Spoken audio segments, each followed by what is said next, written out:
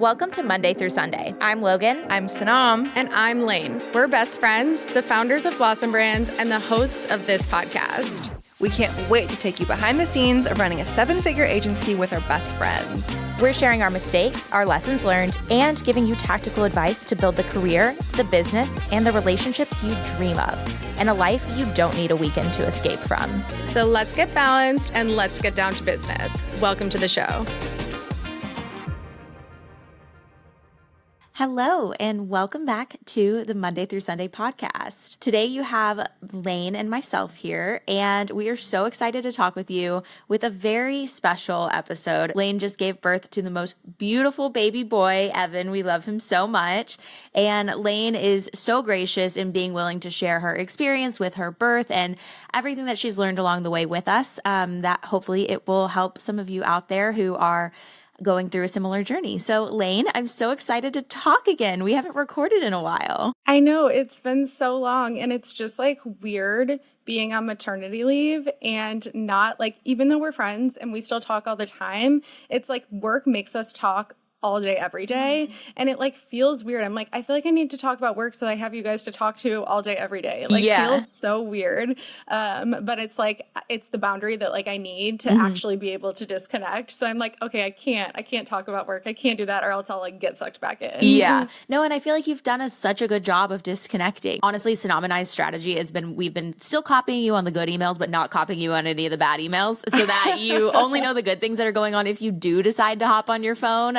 So just blew our cover there, but that's what we've been doing. Okay, well, email is actually the only thing I'm somewhat monitoring because it's like my personal email and my work email. Like I don't have another email. So thank you guys for doing that. So I everything's appreciate it. Oh, that's funny. But also like, thank you so much to you and Sanam. Like, I can't believe that I get to be a business owner and I still get to take a maternity leave. Like, it doesn't feel real. And I'm like so incredibly grateful. You guys like make it seem so easy. Like, I don't know if it is, but you guys are like so wonderful. And you're like, no, we've got this. And I'm like, but do you really? No, I'm not going to lie. Truly, everything has been fine. And I think, and I remind you guys, and I feel like we all remind each other all the time that like, this is why we do what we do. Yeah. Like we have structured our business and our lives this way so that when you have these big important moments in your life, like getting married or having a baby, that you can really take that time truly to yourself and put work on the back burner, which I think is a privilege that is underrated and not a lot of people have. And that's kind of our mission here with the podcast, is to show you how you can maybe craft that into your own life. 1,000%. That was different than 100%. Does that count? Oh my gosh, yes.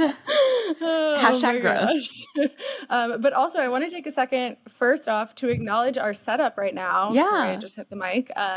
We are recording in our studio together for the first time. We like got a whole new setup. It's kind of been a production this morning, getting it to work. So we'll see if it comes to fruition the way that we hope, but I'm optimistic. Same. I feel so professional. It's crazy. And I'm feeling well rested. My son is sleeping now like 3 to 4 hours at a time at night. And I'm like so shook. I'm like, how are you doing this already? Like, you're growing up so quick. Model Stop. child. I would expect nothing less from the baby of you and Sam Lepow. No, but he's literally like, he's sleeping so good. He's eating so good. He's pooping great. Like, he's doing all the things. Oh like my gosh. Pro. Does this mean I have to get used to those kind of conversations now that you're a mom? Yes, honestly, it does. I don't remember if we talked about this on the podcast, but I don't remember either, but like you and I, we're like, very much a friend group that don't talk about those things. No, like Sanam brings it up sometimes and we're like, shut up, stop. Why are you doing this? Periods are one thing, but anything else is just like hard off limits. But when it's a baby, I guess it doesn't count. Yeah, agreed. Okay, so I cannot wait to talk about your birth and just everything that we're here to discuss today, because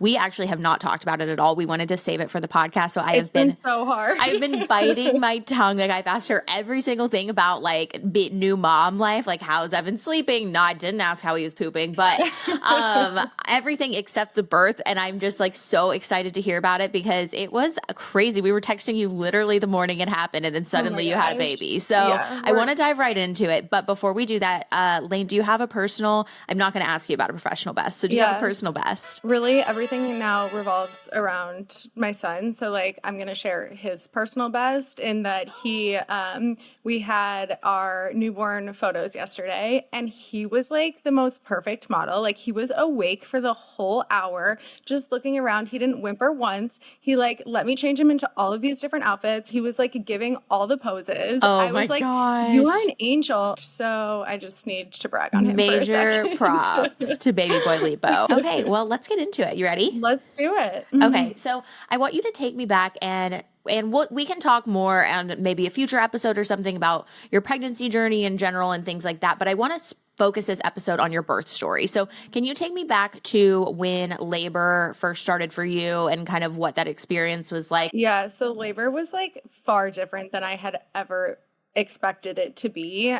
My labor actually started about 3 weeks before I gave labor. I experienced what's called prodromal labor. It also can sometimes be called false labor, but Okay. I think false labor is kind of like not the right term for it. That really doesn't like explain it in the right way. But what it is it's similar to active labor, whereas you have like real contractions, like painful contractions. It's not just discomfort. Braxton Hicks is something that you experience throughout pregnancy in your third trimester that is like, it's not a real contraction. It's like a tightening of your abdominal. Okay. And it's your body preparing for labor. But prodromal labor is like you're having painful real contractions.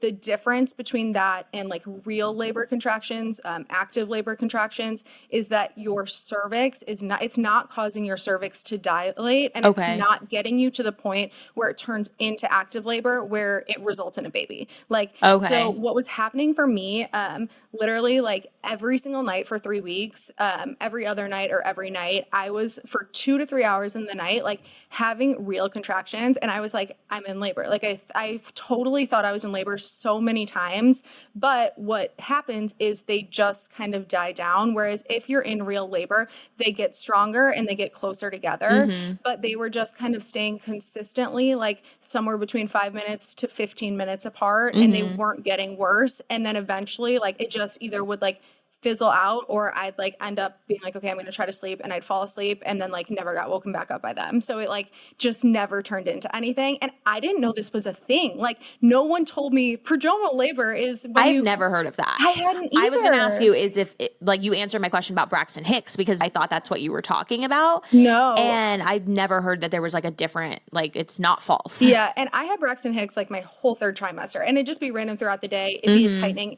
People say it's uncomfortable. It doesn't really hurt. But this was like, I would wake up and be like, literally my whole abdominal would like hurt, like cramping. I'd have like shooting pains like down in there and like in my inner thighs. And like literally I was like, I feel like I'm in labor, but I didn't know if I was. And that's like the main differentiator is everybody says like, you'll know when you're in labor. Like there is no question. And I can tell you like firsthand, when you're in labor, like, you know, it's the real thing. And Really? I kept being like, I know that I'll know when it's real. Okay. And I honestly, we'll get into like what my prep for birth was and like what I wanted out of like my birth in a little bit. But like, I knew that I wanted to be at home for as much as labor as I could. So I think if that wasn't like what I wanted, I would have gone to the hospital. Like the first night a dozen or the second night. times. Like I would have been like, oh, I'm in labor. Like these are sometimes 5 minutes apart, because that's kind of what you're told is like when they're 5 minutes apart for over an hour, go to the hospital. And that happened the first night.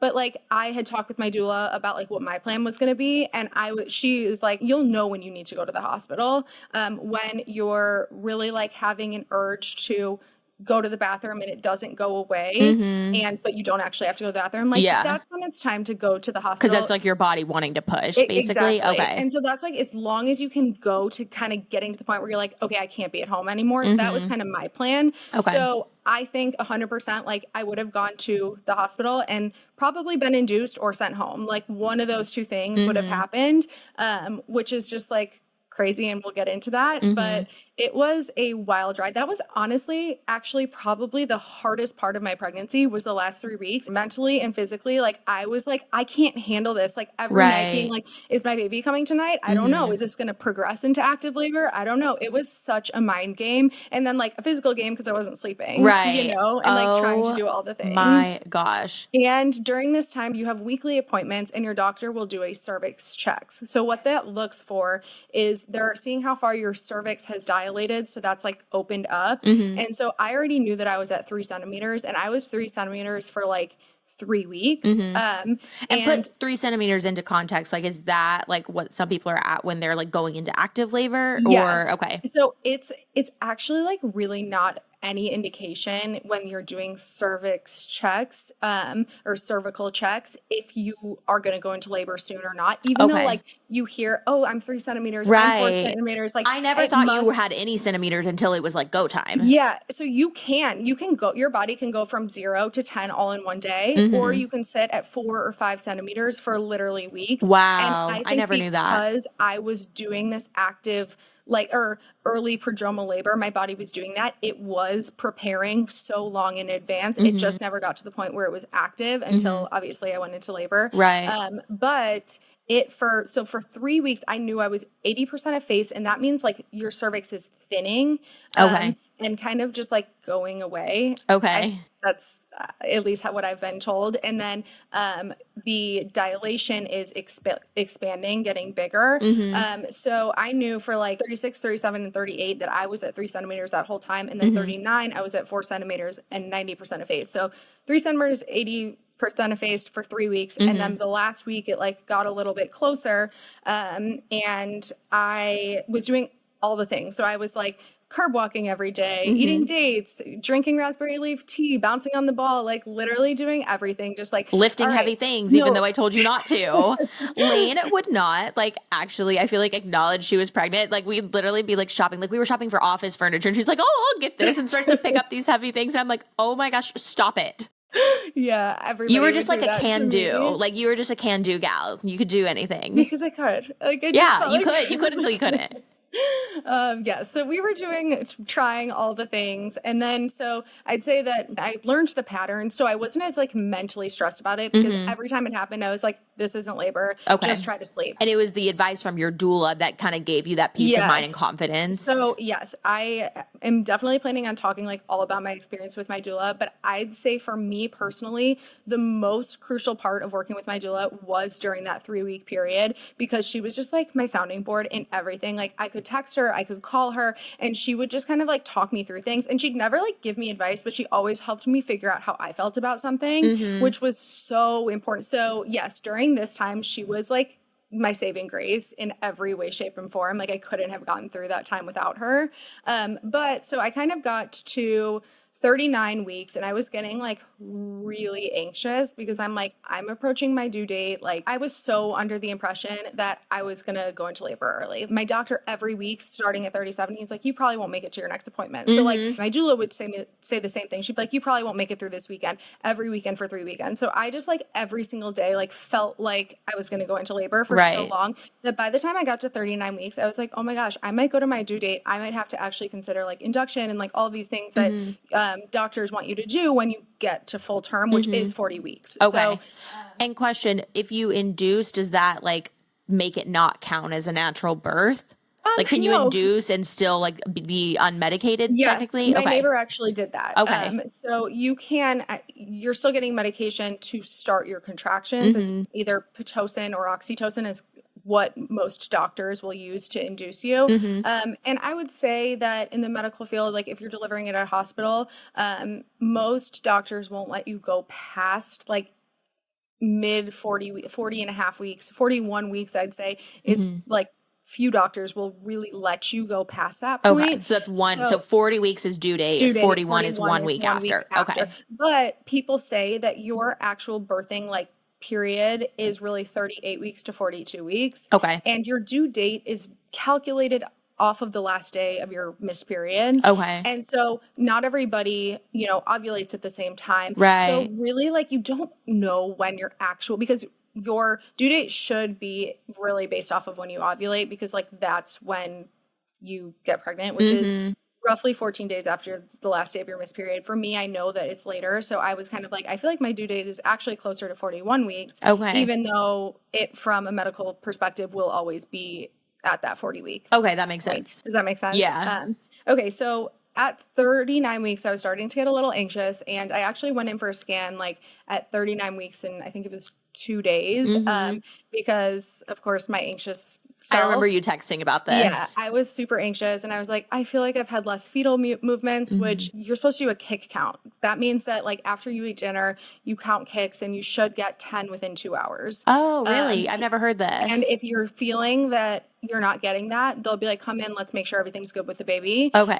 So you were feeling that. I was feeling a little bit less movement, but I honestly think it was in my head because I was just really anxious and I was like, is he okay? You're like, does this count as a kick or is this like just a nudge? Yeah. So I think I was kind of like, I just need to see him. Yeah. And I get there and the sonogrammer, she's doing it. She's like, so you don't feel this right now? He's moving and grooving and kicking and punching. And I was like, no, I actually don't. Like, I swear I'm not making this up. But she was like, you've got a big baby on your hands. And we already knew this because I had a lot of scans and all of them, they were like, he's in the like 68th percentile to 70th percentile of like growth for his gestational age. So I knew he was going to be a big baby, but she's like, he's already almost 9 pounds. He's basically 9 pounds. And I was like, oh my gosh. I was like, holy crap. Like, are you kidding me? I'm going to have to deliver a 9-pound baby in the next 6 days. Like, what is going on? And so I started really freaking out at that point. And can I ask, aside from like the well-being of your vagina, like what's bad about like having a big baby? Like, is it dangerous for both of you if it lets it go too far? So this is like where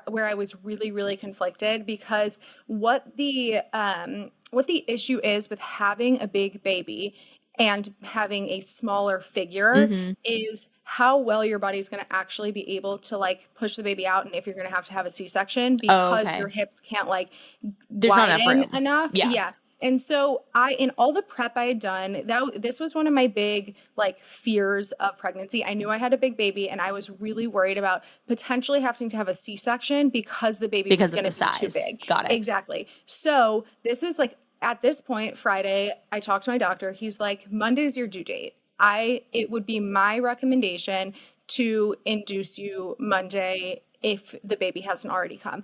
I got super anxious about this because it was not what I wanted. Like, and what day was this that you were told? This was Friday. So this was Friday. like 3 days before my due date. And I'm like, okay. And Sam's like, yeah, that seems reasonable. Like, you know, and I just like didn't say my thoughts in the room because I would just like didn't know how I felt and was like super anxious and stressed. And we get out of the doctor, we like walk to the car and I like break down, like actually started sobbing so hard. And Sam's like, wait, what? Like, what's wrong? Because he like so didn't realize that, like, he didn't pick up on the fact that I was like so not down with what we talked about in there. Yeah. And so like we get out of the room and I'm just like a mess because like I was conflicted. I was like, I don't know how I feel. Like I want to make sure that like, I don't want a C-section. Right. If we go past that, am I going to have to get a C-section? Right. But what I have like read and studied says like your body will not, grow a baby that's too big for your size. Like really? Yeah. And so I really did believe that. Obviously there's exceptions, but a lot of the times that like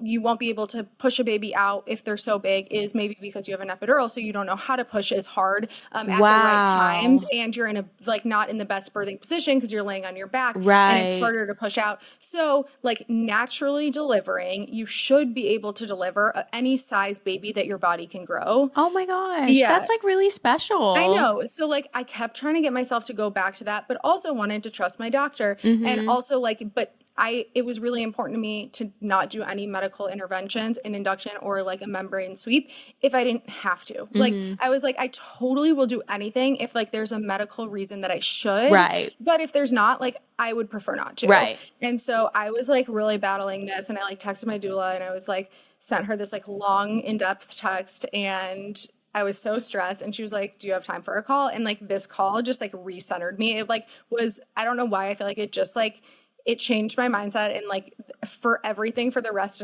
of my pregnancy until I gave birth. Like I knew what I like needed to do. I knew how I wanted to handle it. So like after I talked to her, she kind of did the same thing where she just like walked me through my own thought process. And I like came to the conclusion that I was like, I want to wait until at least Thursday, the next week. So Monday was my due date. I wanted to wait until I was like 40 weeks and 3 days before I thought about doing anything further. And I called my doctor, I talked to him, and he's like, well, it would be my medical recommendation to induce Monday, just because I think like there's no harm in doing that. Like I don't see any reason why waiting till Thursday, like based off of your health, the baby's health, like there's no like problem with waiting till Thursday. So I was like, okay, that gave me peace of mind. Which He's like major props to you, because that is him like agreeing with you, but it's also different than what his primary recommendation was. So like just major props to you for like listening to your intuition, and like that takes guts to be like, I'm trusting this like gut feeling that I have more than, I mean, it's my doctor's second choice. He's cool with it, but it's not his first choice. And that like, that takes something. And that's like, I think the biggest reason why like having a doula was so important for me and why it was so helpful, because I wouldn't have. And I think it's really like, it's hard when you're going through this to differentiate like a true medical reason versus a medical recommendation. Right. Because a doctor will always recommend something, but it's just their practice. It's not based off of you, what you want in your situation. So that's like one thing that was big in my mind, just like trying to differentiate those things. Right. So that kind of brings me to the end of my pregnancy. Fast forward to 24 hours later, I wake up like feeling so refreshed. I got 10 hours of sleep that night, which had not been happening recently. So we were very happy about that. I'm like, okay, Sam, let's go for a walk. Let's like get our steps in this morning. I send Sanam and Logan, like I think a selfie of us on that walk. That was my last pregnancy picture. And so we go for a walk that morning. I'm like, Sam, something feels a little different this morning. I just have this like weird achy pain in my stomach that like, again, kind of has that like urge to go to the bathroom, but like not having to go to the bathroom feeling. We're talking about this so much today. I know, but you're really, putting it in a really polite, ladylike way. Exactly. And that really is like a feeling associated with like, I didn't know that, labor. honestly. So if you hadn't said that, I wouldn't have known that. So I'm sure I'm not the only one. So I was having that, but I've said this to Sam so many times over the past 3 weeks that something feels different today. Like I really feel like he was so used to hearing that. Bless him. He didn't bat an eye. He was like, oh yeah, okay, sure. Yes, honey.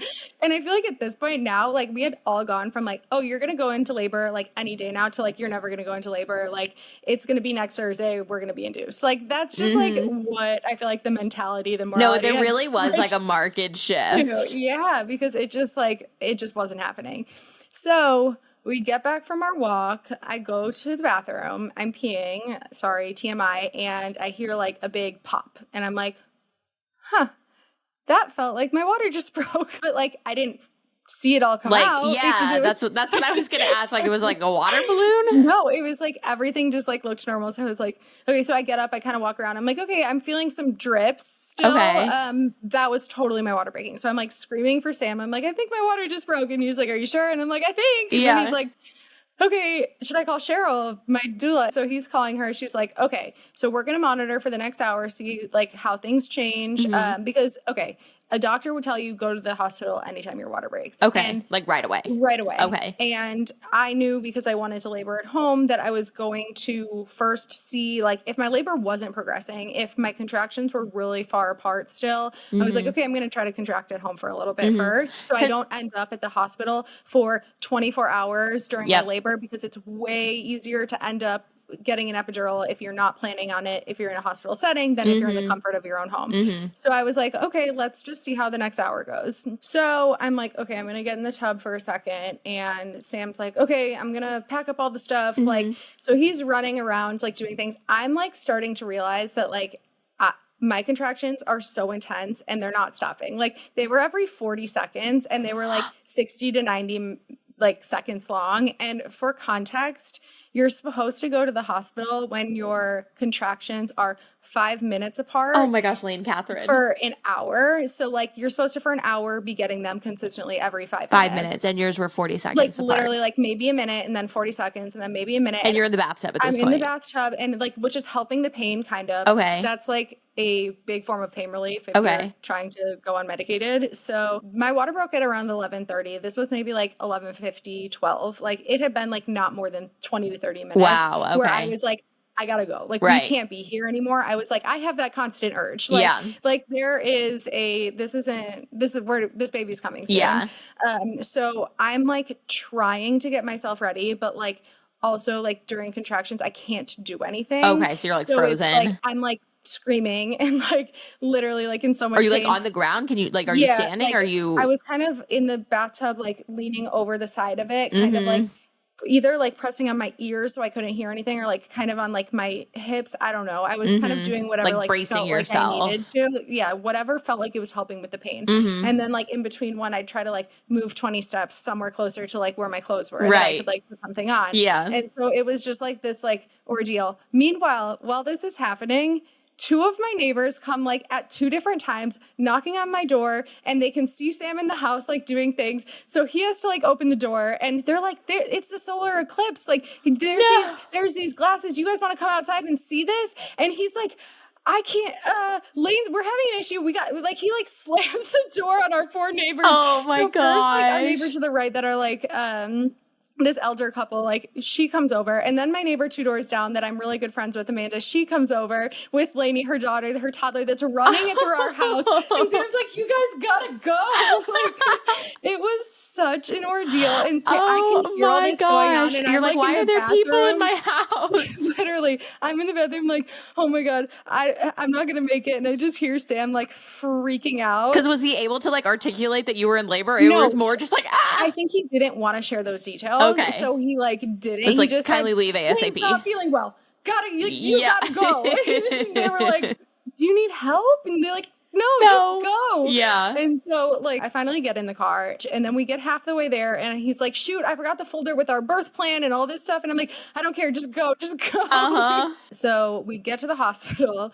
We pull up. There's like not a parking spot right out front, but I'm like, just put the car in park, like whatever. Right. We're like trying to get out of the car. I'm like on my hands and knees, like in the entryway of the hospital. Like, no kidding. Like, wait, this is really? a scene All out fours? of the movie. I'm not kidding. I like couldn't breathe. And granted, like this would have happened even if I wasn't like having a medicated birth. Right. You know, like just because mine progressed so quickly, like I couldn't even get to the hospital in time to like have any relief. So I am like, they can see me like from the front desk, and they're like, this girl needs a birthing room, I think. And and it's probably pretty clear at that point. And a wheelchair, get her a wheelchair. So they like bring me out a wheelchair. We don't even check in at the front desk. They like wheel me back. I'm like kneeling on the wheelchair, like leaning over the back of it, like literally screaming. Like I have my hands like over my ears, like hyperventilating. Like I was just like, I can't picture you screaming. No, okay. Like I've never heard you scream, and I can't even picture it. I was screaming. Sam was scared. Like he was like, we never heard you scream like that. Like the way that I was screaming at the very end, like he was like, I was terrified. Like he was like, I was so scared that like you were not okay. Oh my God. So we somehow make it to the room, and I like climb on top of the bed. So hospital bed like has the part that you can lean back on. Right. So that was sitting up, and I was like leaning on that, leaning over it basically like the whole time. So you're facing the back of the bed, yeah, like the head. Like my knees would have been here and like over this way. I see. And like I was just like crunched over. Oh, sorry, I'm not talking into the mic. No, but I loved the demonstration, the visual. If you're watching on YouTube, you know. So I'm like crunching over the top of the bed, and I'm, you know, the nurses are coming in. We don't have a birth plan, so I'm trying to like scream my preferences at them. I'm like, so that's what's in the folder is like all of your wishes. Yeah. Yes. Okay. And so I'm like, I don't want an epidural. I don't really want any intervention. Right. Just like, I just want this baby to come out of just me. like catch him. Yeah, exactly. And my natural instinct was just like to push my hands against my ears as hard as I can. I think like just the pressure of it helped release some pain, but also just like draining everything out. So I was like so in the zone. And then the godson of a nurse, Emma Kate was her name. She started pushing on my hips like as hard as she could. And it was like the most relief I had had since it started. I was like pushing them in together. Like pushing here on my hips like this. And I was like, oh my gosh, keep doing that. So like every time, so she knows like I delivered at Baylor, Dallas, and it is one of the like highest rated hospitals for natural delivery. Oh, wow. So they like, she knew what to do. And so I was like, Sam, have you called Cheryl? And he's like, oh, like everything had happened so quickly that like we were just like trying to get from one second to the next. And she's like, I had a feeling, like I figured I'm already on the way. And then we were like, okay, Oh thank my gosh, God. what an angel. Yeah. And so Wait, how did she have a feeling? Because you told her about the water breaking. Yeah, and so like she knew maybe that. she had been texting Sam a little bit, but like he never told her that Like, we come were now. coming. We were on our way to the hospital. Okay, got it. And so we were kind of in the still like monitor how the first hour goes because it was still within the first hour. But she was I'm sure like, she figures if she gets radio silence after that, it's like go time. Exactly. So she showed up and like she then started doing the same thing that the nurse was doing on one side and Sam was pushing on the other side. So Sam and my doula were like pushing my hips as hard as they could every time I had a contraction. And like that was the best form of medication for me. Like it was like truly so helpful. When I showed up to the hospital was 8 centimeters, which you have to get to 10 centimeters to be in like transition and to start pushing. Okay. And so I was already 8, which like showing up to the hospital already 8 centimeters is like wild. Like most people are like maybe at 4. Right.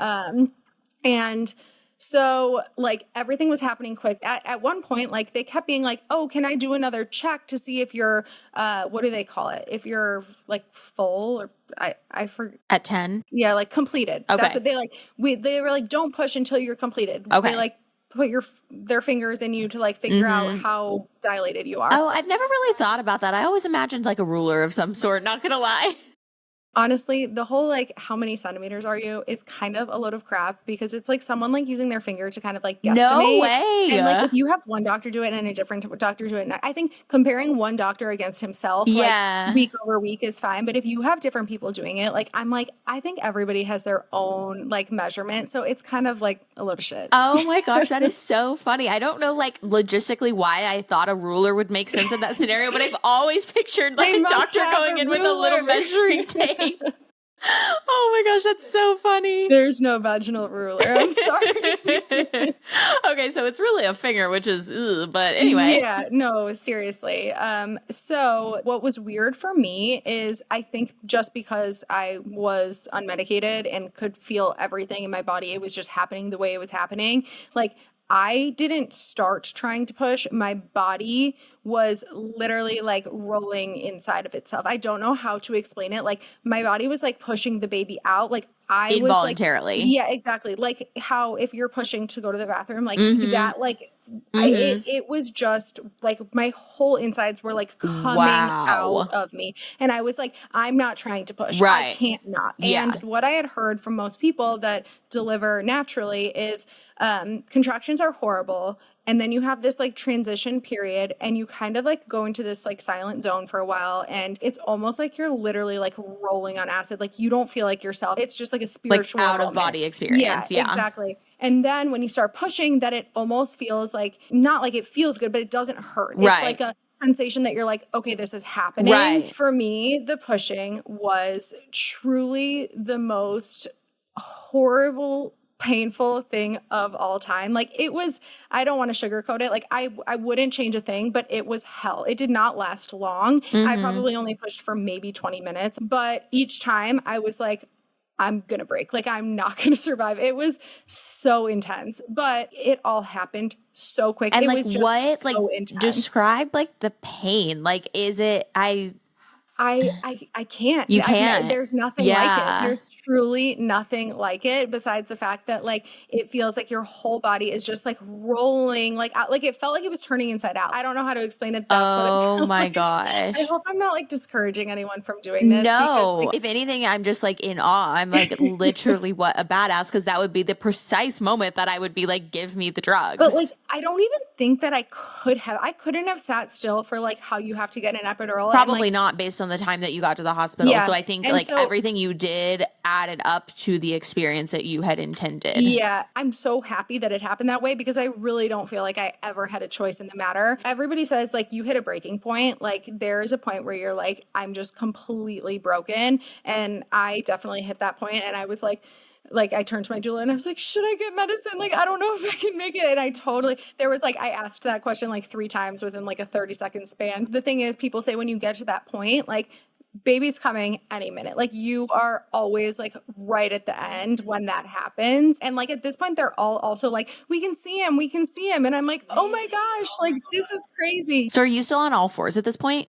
So yes, I was until like the very last push. Okay. They basically, I think I had pushed a couple times and he was like pretty much coming out and they were like, can you turn over? We can get him out. They were like, we can kind of like So help flip him onto your guide. back? So I did for the very like last like 10 seconds. Oh my Like he gosh. was kind of like already kind of out and they were like, can you flip over? And I was How like, are you capable of no, moving? I literally said no. And they were like, they like kind of pulled me over. Yeah. And then like the last kind of like push or kind of like all happened in that same motion and they like then got him out. So I like Okay. kind of rolled over like what like While right he before was- he came out. Okay. And then like he came out and like so much liquid like water came out and they were like, wow, like when your water broke, only a little of fluid actually probably came out because like he was holding so much above him, which I don't even know what that meant. Wow. But so yeah, he came out, they put him on me. I don't know what I was more emotional about, like having my child on my chest or like the fact that it was over. I was like, thank God. I was like, oh my gosh, I'm so happy I don't have to do this anymore. You did It was it. like all still like hurting, but like not. Like I was like, I don't feel anything. I was just like overwhelmed with so much emotion.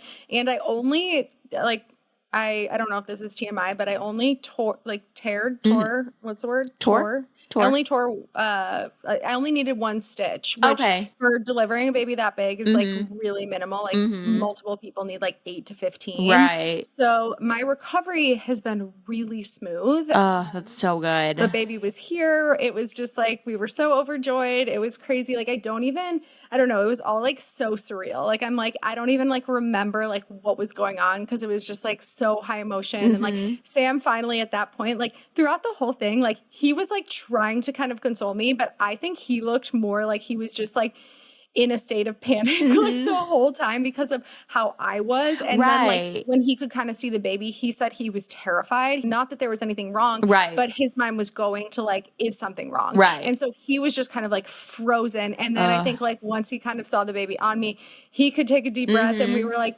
oh my gosh. And it was just like a crazy, crazy moment. Well, to be fair, at that point, you're probably only worried about the baby because your body is just, you're just like, so like what's happening? Like he's sitting there worried about both of you and like he's not physically like experiencing what you're experiencing. So it's like, since he's removed from it, he's like, oh my gosh, I need both of them to be okay. Like, you know what I mean? Like I can't imagine like going through it like as like the husband because you're like a bystander, but it's like also you're not, you know what I mean? It's like so... Crazy. Oh, it's so crazy. Yeah. And it's like you want to like take control, but you're like, I can't push for you, you know? 100%. Yeah. Like truly. And so what's actually also kind of crazy is this isn't something I would literally show anyone ever, but my doula was like, are you comfortable and would you like me to like take pictures throughout the process? And oh, wow. so she took a bunch of pictures like of the actual birth and they're all live pictures so I can like see things happening and I am like so happy I have that because I can now kind of experience my birth from like a different perspective that I couldn't see happening that I'm now like whoa, that came out of me and I can see it happening. I would encourage anyone if they have the opportunity to hire a doula and that's something that they would do, like to do that because again, like we'll never show any other human besides like Sam and I ever in my life, but it's wild. So will you ever be able to look at your vagina the same way? You know, I don't know. Most likely not. But it's crazy because it feels the same way again. I'm like, how did that like just happen? That is literally and, like, I so feel fine mind-blowing. now. I know. It really is crazy. So yeah, that was kind of like the whole spiel. Okay, so baby's here. Everybody's happy, healthy. What would you say that you've learned from this whole experience? Like, what are your main takeaways aside from the actual, like, what went down? Like, looking back on it reflectively, what do you think about? Yeah, so I've put a lot of thought into that. So many people have asked me about this already, and like I want to be able to give people advice. I feel like I did so much birth prep, like it was really, really important to me. So I'd say the first thing is that I think there's a lot of judgment around any way that people choose to deliver or not to deliver. And I think like overall, there is not an inferior or superior way to deliver your baby. I think like whatever is right for you is the right choice. And I think what's so important is that you feel supported and you feel heard. And I think it is okay to go into your labor and like have preferences. People tell you like everything's out of your control, just like, you know, whatever happens, happens, which is totally true sometimes. There are things that like cannot be prevented. Like I could have 100% had to have a C-section, like, you know, and I knew going into it that like things are out of my control, but it's okay for me to have a choice in the matter when it's not a medical emergency and I like can have an opinion. And I think we're kind of taught not to have an opinion and to just go with the flow. So I feel like to like feel supported and to feel heard is really important for me. Like I knew that I wanted a certain experience and that is something that like was because of a past experience I had. So for those that don't know, I was actually pregnant in 2022. I had a late-term pregnancy loss at 30 weeks, and then I did have an induced labor that led to a stillbirth delivery. And not obviously that is a completely jarring experience. Like I wish that on nobody, and it like was traumatic in more ways than one. Like I'll never fully recover from that. But like I had an experience that I knew I wanted something different from.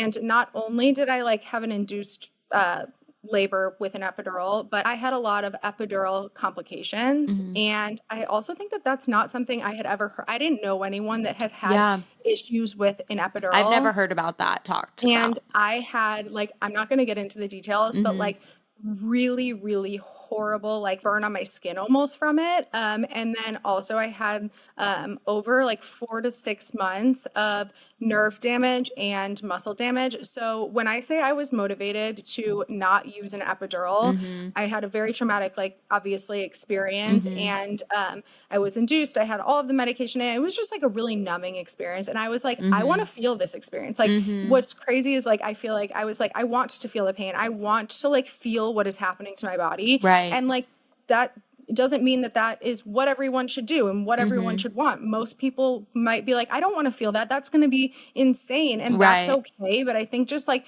feeling supported, feeling heard, and feeling like you have a choice in the matter, I think is really important. I love that. And thank you so much for sharing. That's like so beautiful. And I think really it just goes to show that like it's really important not only that you decide what's important to you and then not being afraid to speak up for it and advocate for yourself, because I do think the narrative is normally it's a blur, what happens, it'll be fine, but you knew that your body reacted to something that you like didn't want to have happen again. Yeah. And so I think like another topic here that is really important to me, and I would love to help anyone that is interested in learning more about this. I'm not going to get into everything today because like this, I could have a whole nother episode on, but like how I prepared for birth is so, I think the reason I was able to have the birth that I had.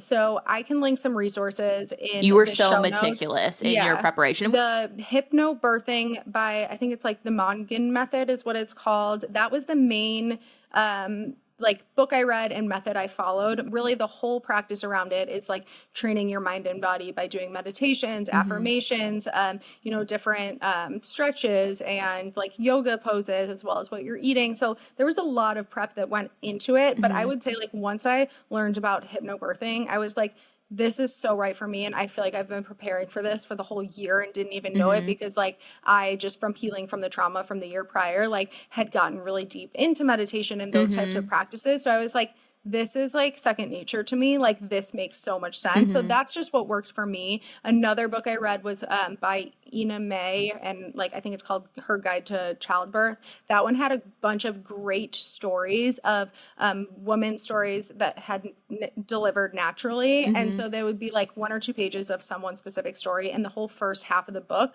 was just women's stories. And that was really helpful for me because I was like learning about what had happened for different people. And so that just like opened me up to like what are the whole millions of different like things that could happen, different scenarios. So those were 2 that really worked for me. I have so many other resources, so anybody feel free to DM me. I am more than happy to talk to anyone about natural childbirth and really like our body's ability to do this, because I am a firm believer that like our bodies are built to be able to do this. And it's not, you know, we hear all of the horror stories, the, you know, the traumatic stories, and well, kind of, I feel like mine was a bit of a horror story, but it's the truth. You want to get familiar with like what actually happens. And I think that kind of pulls out the fear. Right. Another thing I did was like, I watched videos of natural childbirth or just childbirth in general. So I got comfortable with the idea of like a child coming out of someone's body. Like, Really? because people are Where do you find those videos? Like, that's not on YouTube, no, right? there's a lot of like doulas on Instagram that like post it in a very like tasteful okay, way. got it. But I'd say the next thing that's so important that kind of ties into feeling supported and heard is choosing your birth team or your birth provider, and not just like using your OB because it's the gynecologist you've always been with. Like, make sure that you are vocal with them about what you want, and make sure that they are an advocate for what you want, and that you feel supported by them, because like at the end of the day, like they are your team through this. They're your support system. Like at the end of the day, when something goes wrong, you want to know that they have your best interest at stake, and also that you trust them. So I think that that is like another huge thing, that like if you're not sure about your OB, like go interview some more people, and hire a doula if you can. I think regardless of what you want out of your birth, like I think it helps you really have a voice and learn what you want your voice to be. I feel like there's just like a lot of stigma around doulas. I don't know why. I at least felt like that there was a little bit when I I've just always been unfamiliar with it. Like, to me, it's just like a woman who's like with you while you birth. So like, can you explain like what a doula truly is? Because I don't think I understand. Yeah, so they're kind of just like your advocate for all things. So yes, they can be there through the birthing process, and they are there through the birthing process. I'd say every doula kind of has different level of support. So interview your doulas and figure out like what they offer. But they're really like, they're the person that when you get to the hospital, like is going to talk to all the doctors and the nurses, so you don't have to deal with them. They're going to know everything you want. And if someone comes in and she doesn't feel like it's the right vibe, she'll tell them like, can we get a new nurse? This person's not like affecting our energy the way that we need. Like they're just going to kind of guide through everything. And like, they basically know everything about what you want, and they're your advocate. And I'd say the other huge thing about working with a doula is they really help the husband. Like I'd say that Sam felt so much more comfortable being able to support me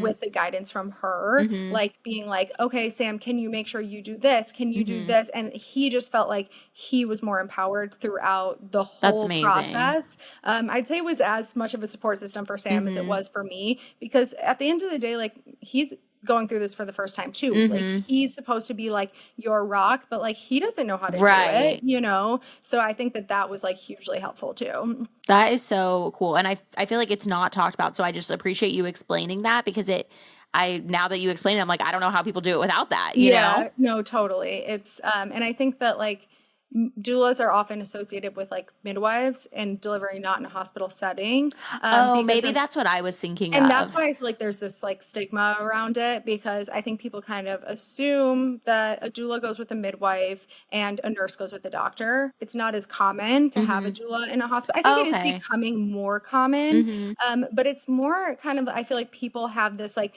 the doula's against the nurse and doctor, like they're kind of differing philosophies, but there's no reason they can't like be in harmony. Yeah. So I'd say that would be the next like really important thing. And then I kind of talked about this already, but like there will be a point during your labor where you hit your breaking point, you hit your rock bottom, and you think you can't survive. And like that is usually, I'd say that for people, it's during transition. That's what I hear the most of, which is when you hit 10 centimeters and you're about to start pushing. But like at that point, I think you just need to like fully surrender. Like you have to just be like, this is out of my hands. And like, if you try to like control in any way, shape or form, and I'd say throughout all of labor, you kind of just have to surrender. And I'd say by doing that, it allows your body to calm down to some extent, which allows like your muscles to work. If you're like super tense and trying to fight it, it's like your body can't contract and open up the way it needs to, which like it sounds like easier No, said I was going to than say this done. is such a bad analogy and maybe inappropriate, but it's like when people get like pushed off of a building, if they're like unconscious first, then they're like all floppy and they have a better rate of surviving versus if you're like awake when you get pushed off a building, you tense up and you're going to break all your bones. You know what's really funny is that like the analogy has to do with someone literally dying, and this situation is someone like being brought to life. Yeah. So, but yes, exactly. Whatever. So surrender whatever works. if you're falling off the Surrender. building or giving birth. Exactly. Moral of the story, Yeah. just surrender. No, I think that's so beautiful. And I think that's really like, I don't know, me hearing your story, I feel like that's your message is like our bodies are made to do this. Yeah. And like there are a lot of advancements, like, but it's not always like more is more and like, or more is better. You know Yeah. what I mean? Like we're made to do this. Like the human race has made it this far for a reason. Yeah. And like us as women should feel empowered that like we were literally like made to do this and we can do this and we will survive. Totally. So I just talked all of your ears off ad nauseum for far too long. But I'd say that kind of wraps it up. Well, I, for one, learned so much. I'm not sure if I'm more excited to have a baby or more terrified, but I know that I am more educated and better for it. So thank you so much for sharing. And I just think that there's so much value to be had in creating these types of conversations. So I just really appreciate your vulnerability. And I am sure that our listeners will feel the same. So thank you so much, Lane, for sharing. And it was so fun to hear your story and just so happy mom, dad, baby, and big brother Javi Doodle are doing excellent. We are, and thank you so much for chatting with me. And I know I've already said this, but I feel like I've found a lot of purpose in helping other women, like throughout their pregnancies, either, pregnancy loss, that's a big thing that I've dealt with, as well as like natural delivery. So like if you have any questions about any of these topics, like my DMs are open and I would love to chat and help in any way that I can. And if there's a topic that we kind of touch on that you're like, oh, I want to know more about that, send me a message, send us a message and let us know, because I'd be happy to find a time to chat further about anything and everything. Amazing. Well, thank you so much, Lane, and thank all of you for listening. We will catch you on the next episode. Talk to you soon. Bye, guys. Bye. Thanks so much for tuning in to this episode of Monday through Sunday. If you're building a career, a business, or any relationships, we know your time is valuable, so thank you for spending it with us. With that in mind, we would be so grateful if you can spare 2 minutes to rate and review this podcast. Your reviews help spread the message to more people that work doesn't have to suck. By the way, if you're looking for your community, join us on Instagram and TikTok at Monday through Sunday Pod. We're all about connecting our like-minded listeners together. Let us know if there's anything you want us to talk about by sending us a DM. We'd love to hear from you. Thank you again, and we'll talk to you on the next episode.